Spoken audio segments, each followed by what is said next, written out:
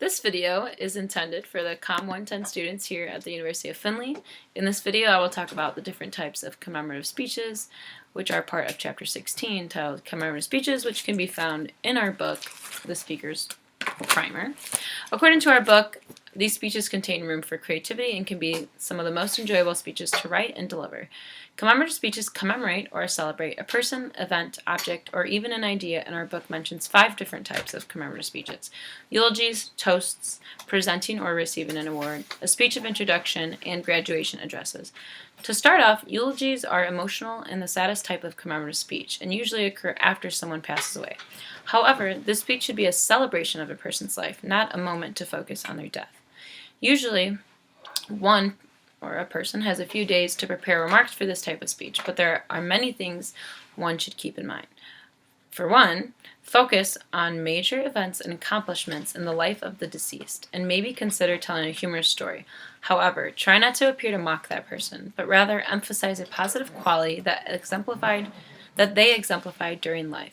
Also, try to avoid telling personal inside jokes because although the speech is intensely personal and emotional, you want to make the audience feel more involved, understanding, and appreciative of that person because it is as much an emotional release for the audience as it is for the person delivering the speech. In essence, you are creating a way to remember another person. Toasts are a little more entertaining and enjoyable type of commemorative speech. The most common place to give a toast is a wedding, but there are other places such as holiday and dinner parties. The same general expectations apply to toasts as they do to eulogies.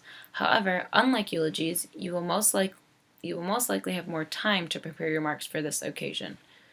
The person making the toast should talk about or tell an anecdote about the person being toasted by relating them to the event and the audience. It is important to name the person being toasted and talk about why they are deserving for such a toast.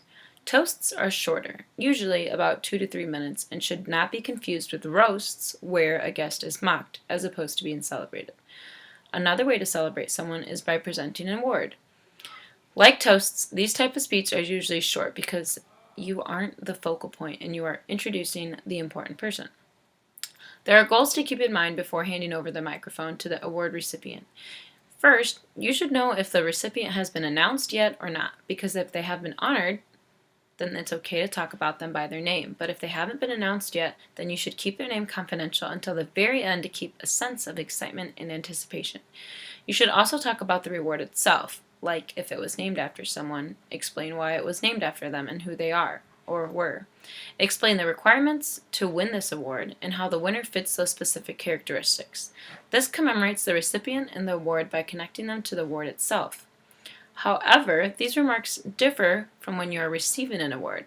Whether you know you've been honored for an event or not, and most times there is an indication that you might receive an award, you should be prepared to speak.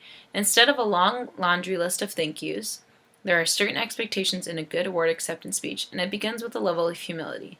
You should express knowledge about the award itself and convey an appreciation of the qualities it celebrates, in addition to expressing gratitude and mention a few helpful people along the way. By exhibiting gratitude, understanding the award and what it commemorates, it connects you to the award in a way the audience appreciates and wants to celebrate. There are several things you should keep in mind if you are ever in position to give a commencement or graduation address, which is the last type of commencement speech. This speech should be between 5 to 7 minutes due to other elements that are part of this ceremony. It should celebrate the entire graduating class, not just yourself. It should look to the future and be hopeful, and you should thank the people who made it possible. All commemorative speeches call for a positive tone, seen as they are celebrations of milestones or achievements, and they require that you tie the occasion to the audience. Whether it is a commencement address, a eulogy, a toast, or an award ceremony. Thank you.